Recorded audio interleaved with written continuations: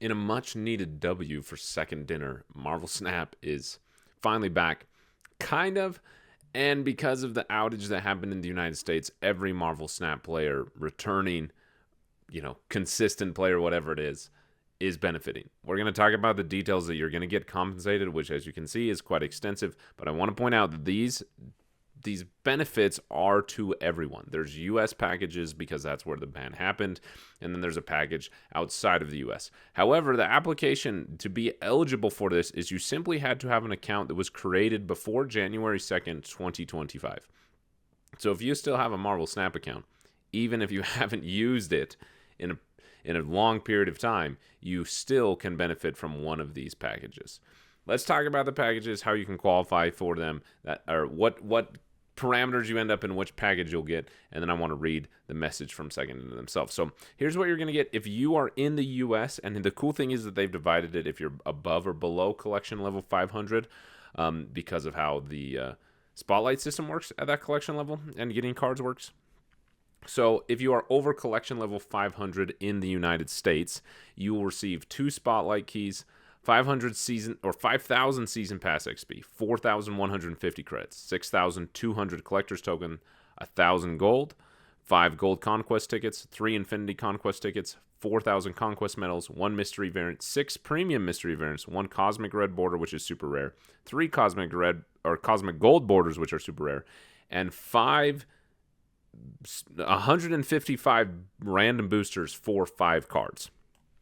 Under 500 in the US, you'll get 6 Mystery Series 3 cards, 5,000 Season Pass XP, 7,150 credits, 1,000 gold, 1 mystery variant, 6 premium mystery variants, cosmic red border, and 3 gold borders, and the same amount of boosters. Now, even if you're outside of the US, which I think is pretty amazing, is that nothing happened to non-US players. Still getting pretty impressive compensation here. What you're getting if you are outside the US above collection level 500 is 2 spotlight keys, 3,000 collector's tokens, 1,500 credits, 1 mystery variant, 1 premium mystery variant, 1 cosmic gold border, 1 cosmic red border, and 155 boosters for 3 cards. If you're under collection level 500 and not in the US, you'll get 6 mystery series 3 cards, 3,000 credits, 1 mystery variant, 1 premium mystery variant, 1 cosmic gold border, 1 cosmic red border, and 155 boosters for 3 cards. Now, I mentioned that you can qualify for this even if you haven't played Marvel Snap in a long time, as long as your account was created before January 20th, 2025. Here's what categories you end up in and how it works. Obviously, your collection level is set. If you're above or below collection level 500 is which one of the categories you're in. If you end up in the U.S. or not U.S., this is how. Existing U.S. players are defined as accounts that were created before January 20th and either A or B. A, the player's account was created in the United States, or the player has activity in the United States in the last 30 days prior to the outage. So even if you created your account in the United States, haven't played for a year, you can come back to the game and get 4,000 credits and 6,000 tokens and a bunch of gold and spotlight keys. Like, that's crazy. And then, of course, non-U.S. players are players whose account was created before January 20th and not specified in one of these 2 categories. Cool thing with a VPN as well, if you were like me and I'm in the U.S., but I use a VPN to be in Canada and play the game, this will not affect my eligibility. Additionally, that includes players from outside the U.S. VPNing into the U.S. to try and receive the U.S. downtime package. So that's kind of crazy. Nonetheless, I mean, here's a tons of upvotes. People are pretty excited about it. 77 people have still downvoted it, which is crazy to me. And then that's the package. So let's read their message. Obviously, the game was banned in the United States, which I think is crazy. I just want to talk about that for a second. Your second dinner, you have been reassured by your publisher, Newverse, that this ban specifically will not affect you. Sure, maybe they could have been more prepared, but what do you do? Like, put yourself in that situation. You think you've done your due diligence, that you've double checked, that you've done your homework, and you were wrong anyway. The app gets banned by the US government. It's not that, Google Play accidentally took our game off of Android phones. It's that the US government banned your game on a Friday evening. Who do you call? You call the U.S. government? They're closed. That Monday is a weekend for the U.S. government.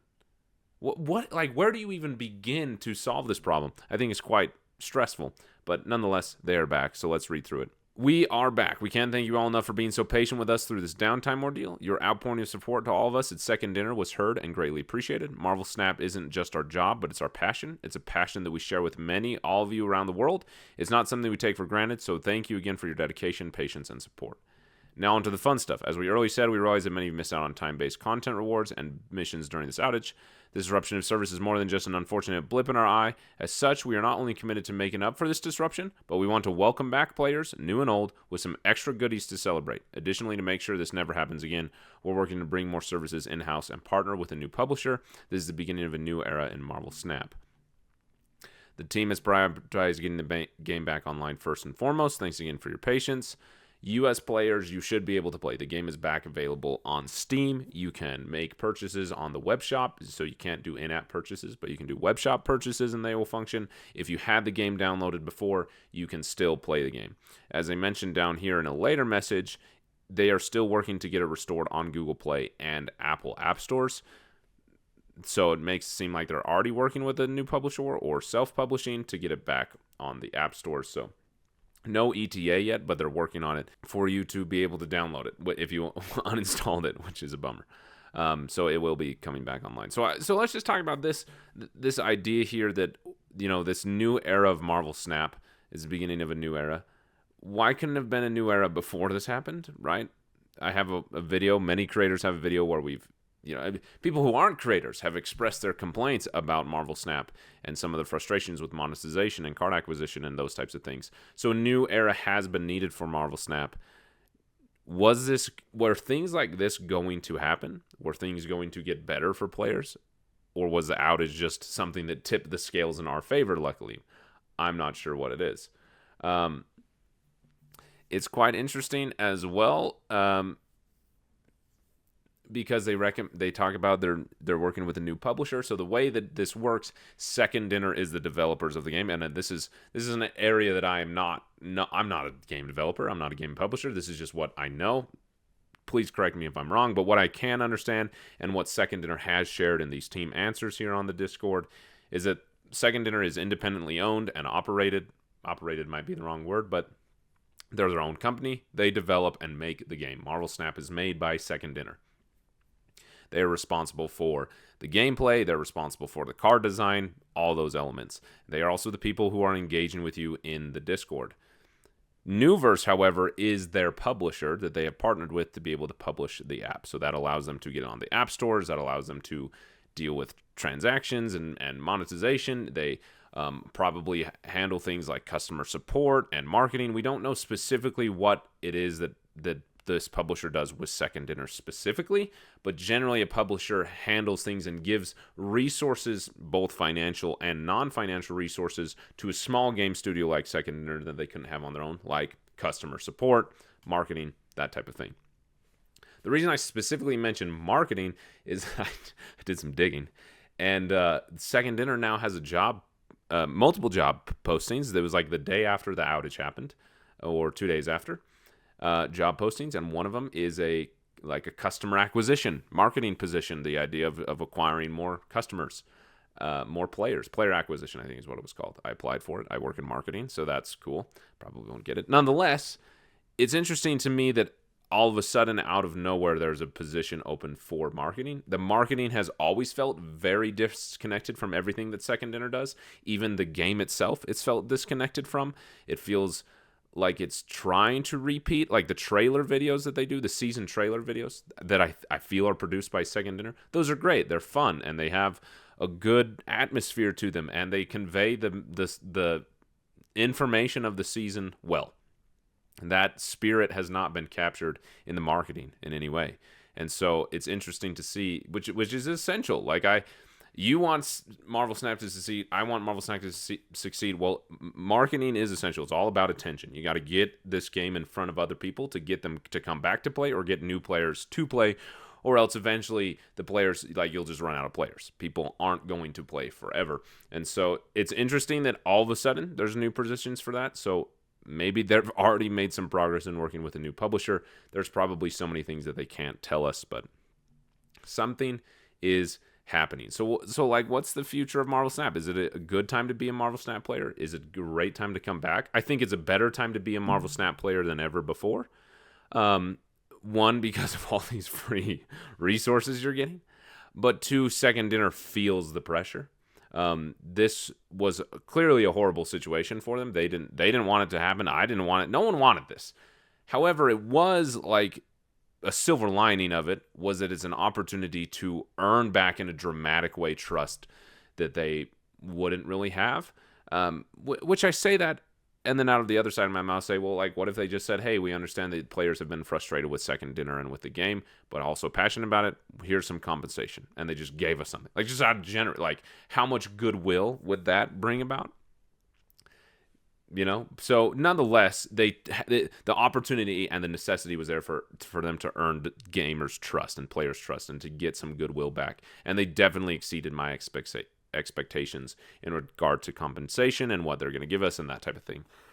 Really kind of took the opportunity for all that it was worth, which they absolutely needed to do. However, this doesn't change the complaints that some people have about card acquisition and monetization, which I've ranted about in a video before. I think it's interesting, though.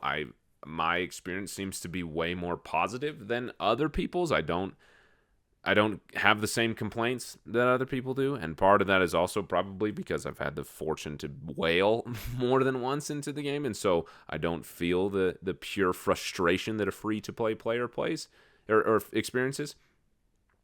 However, I also have the attitude that, like, you're playing this game for free, and Second Dinner is a business. They've made this game out of like a passion for gaming and a passion for the game, but also with the intention to be able to make money. And, you know, where does that line, what is the balance between that? I think I'm a little bit more understanding than most players are. And I don't want to say that and upset a bunch of people and get raged at in the comments. However, whether it's my opinion or somebody else's, the truth is that the card acquisition system is not great. It's not working for most players. Well, I think that, like, when people say that the first key should get you the new card every week, I don't know how I feel about that.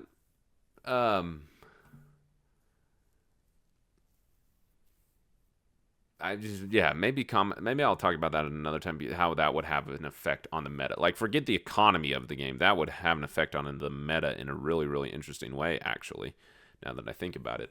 But from like an economy standpoint, that just breaks the economy in so many. And maybe the economy needs to be broken. I'm just kind of ranting at this point. None of this is really prepared. Maybe the economy needs to be broken in a lot of people's experience and expectations and desires for the game. Whatever your feeling is about keys and tokens and the spotlight system and card acquisition, it's not working for most people. It's a frustrating experience. And here's the point where, like, we can complain. We have complained to Second Dinner. They say that they hear us. They say that quarter one, they're going to do another series drop of 2025 and that things are going to change, that they already had a Band-Aid fix. So hopefully you've been enjoying getting way more Series 3 cards. Like, as a side note, with all of these credits, if you use them in the right way, do you know how many collector's reserves you're going to open? And you're going to open Series 3 cards twice as fast, in addition to the Series 3 cards that you're going to get as a mystery? Like, that's a lot of cards that you can get quite easily for free just because you had the game.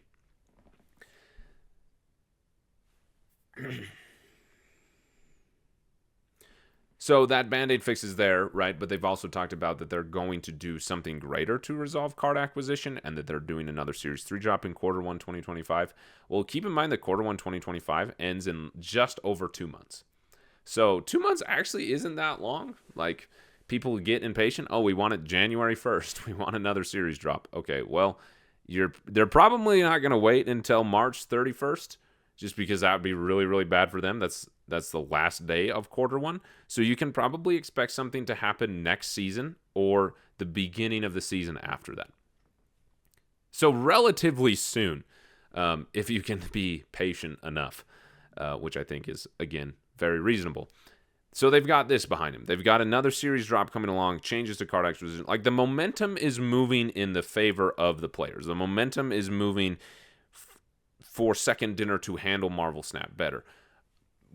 How the new publisher and Newverse not being involved affects that, I don't even want to speculate on because I don't know. We don't know what control Nuverse had over monetization and microtransactions, and we also don't know how taking on this extra financial responsibility of managing things in-house and working with a new publisher and like paying for more employees, how does that change monetization?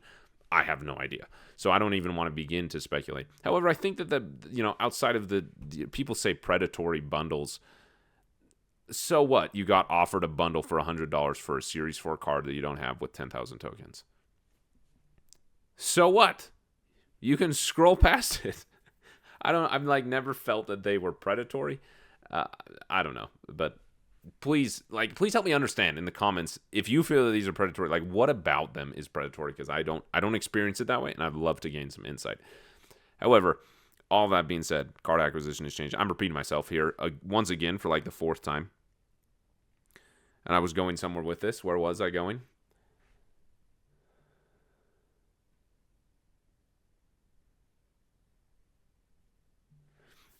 Oh, that it's a great time to be. It's probably the best time to be a player ever, right? Because they've got to swing for the fences. Second Dinner has to swing for the fences, and the players are going to benefit from that.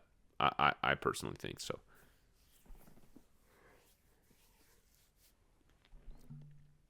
So honestly, I don't even really know what I'm talking about at this point, besides just that everyone's about to get a bunch of free resources, which only helps you get more cards, which is great.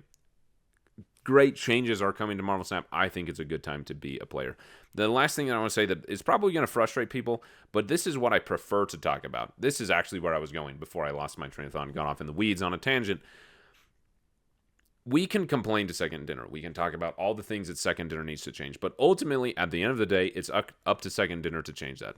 Me making a video, you complaining in the Discord, is meaningful. I'm not taking away from that. However, it actually, until Second Dinner does something, nothing happens. You can complain. I can make videos. Anyone can make videos. Anyone can make articles. Like content can be made complaining about Marvel Snap. People can leave Marvel Snap, and nothing changes until Second Dinner makes changes. So I'm like, I don't see a lot of value in speculating and complaining over and over and over again. I believe in expressing our frustrations and expressing them effectively and clearly, and even consistently. But what I think is more valuable is to talk about me and to talk about you. Like, what can you do to change Marvel Snap? And there's not a lot, but you can change yourself. You can change your attitude. I read through a lot of the Discord occasionally. I just kind of lurk there. I read through comments on other YouTube videos, and I think that the attitude that people have about cards in Marvel Snap and the extreme FOMO that people have is more of a problem than Second Dinner's card acquisition and ideas about monetization are. Like I mentioned, you got a $100 bundle for, in fact, right now, the reason I say this, there's an offer for Fastos for $100 and 10,000 tokens and like boosters. You don't even get credits or gold. I am obviously not buying that. Like, I'll wait till Fastos is in the Spotlight cache in March if I really want to get him, which I actually do. I'm like, big deal. I'll just scroll past it. Why do I have to be triggered by a bundle that was probably AI generated? Like, it was just like, here, throw some random resources together in a card that this player doesn't have and slap a price tag on it based off some data-driven value amount. Okay, cool. I'll scroll past it and scroll down and get my free 25 credits for the 8 hours today. All right, move on with my life. Like, it's just so much simpler than that to me. And I think the same thing can be true. Like, people complaining, oh, I spent my one key that I had and I didn't get bullseye. Okay, well, you know how the system works. Like, okay, we can complain about the system. I have. But it works that way whether you complain about it or not. So why'd you gamble your one key and like blame it on Second Dinner? Like, you were the one who spent your key. Sure, you want the new card. Everybody wants the new card. Like, it's the new shiny toy, of course. And Bullseye is actually a great card. So it's absolutely, I don't blame you for wanting Bullseye. But I think the attitude behind it, that like, for some reason, just because you want the card and you have one key saved, you deserve the card. And the second you don't get it, it's Second Dinner's fault. I just think it's an interesting attitude because, okay, you didn't get a card that you had before. Okay, you either got 2,000 tokens. You now have a third of the tokens you need to be able to get Bullseye when he's in your shop, rotates into your token shop. So you got closer that way. Or you got Marvel Boy, or you got Kyera. There's some great decks that you can play with Marvel Boy right now. You don't have to play the Bullseye deck. And I understand. We all want to play the new thing, right? Zoo's boring. I want to play the new discard deck. I want to play Dawkins. I want to do something unique. I want to play this deck that I see a creator playing. Absolutely. I absolutely get that feeling. I totally do. However, I think that there's an appropriate attitude to be like, cool, I got Marvel Boy. Let me go make a good deck with Marvel Boy. Oh, but it's a Zoo deck, and I don't have Mockingbird, and I don't have Shawnee yet because I'm Series 3 incomplete. That's fine. Do you have 1-cost cards? Yeah, okay. Look, Marvel Boy, and you have Kazar, and you probably have Blue Marvel. I think those are both Series 1 cards. You can make a Zoo deck. Is it the meta Zoo deck that a content creator was making? No. But you're also not in the same rank that, like, player demographic that they are, and so you don't need like, I just think attitude is interesting. However, I have been there many times before. I'm still there because I'm collection incomplete, where I see a creator make a cool video and I think, wow, I want to play that, and then I don't have the cards. You can pivot, and I think having an appropriate attitude is helpful. But nonetheless, that's just me rambling about the ban and about, is it a good time to be a Marvel Snap player? I think it's always a great time to be a Marvel Snap player. I've always had a good time with Marvel Snap. Like, I have never opened the app in Marvel Snap and thought, second dinner. Like, I've never had that experience. I've always thought, wow, bummer. I FOMO'd my resources, and now I pay the consequences for my actions. Bummer. And then I kick myself for it, right? Or I open the app and I have a great time playing decks that I really enjoy.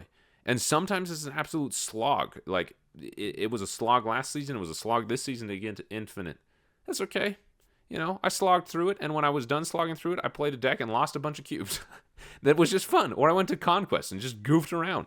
You know, I played meme decks, right? In fact, I've been suffering for like 3 days trying to get this meme deck to work. And I just hasn't been working yet. Video on that coming soon. It's actually a lot of fun. But I've been losing cubes left and right. Oh, well. I'm having fun. That's like why I opened the game to have fun, not because I needed a card back by reaching Infinite. Like, is that the card back is actually kind of ugly with the gold. I like the one you get for free. The Ares card back you get in the season pass for free is way better. So, nonetheless, those are my thoughts about Marvel Snap and about the ban and the compensation we get. I think it's a great win for second dinner, and I think things are moving in the right direction. But I'm just generally an optimistic and positive person. So, you know, light me up in the comments and tell me how I'm wrong, or tell me if you disagree. Or if you agree, is what I meant to say. Anyway, I appreciate you watching. Hopefully you are playing Marvel Snap and having fun. If not, you're waiting to the install. You can play on Steam, or just wait for it to be back in the App Store. So, anyway, I appreciate every single one of you. Thanks for watching.